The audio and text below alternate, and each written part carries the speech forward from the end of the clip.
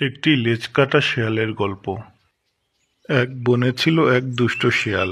সে সবার ক্ষতি করে বেড়াতো। একদিন সকালে হাঁটতে হাঁটতে সে এক দুষ্ট বুদ্ধি আঁটতে থাকলো।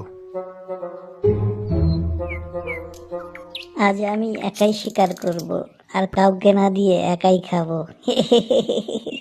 যাই দেখে আসি কি শিকার করা যায়।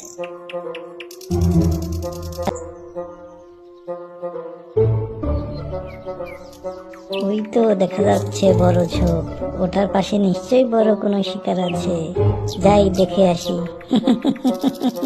আজ শিকার করে আমি একাই খাবো, কাউকে দেব না। ওরে বাবারে, আমার কি হলো রে? কে ফাঁদ পেতে রেখেছে? আরে আমার পেছনটা অনেক ব্যথা করছে, নিজেকে অনেক হালকা মনে হচ্ছে।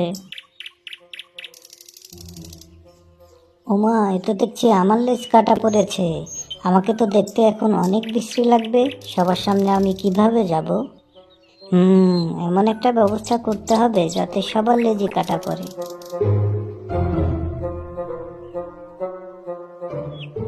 পরের দিন সকালে শিয়াল এক সভা ডাকলো আর ভাবতে থাকলো কিভাবে সবাইকে বোকা বানানো যায়। শোনো ভাইরা, সবাইকে একটা গুরুত্বপূর্ণ কথা বলার জন্য ডেকেছি। অনেক গবেষণা করে পাওয়া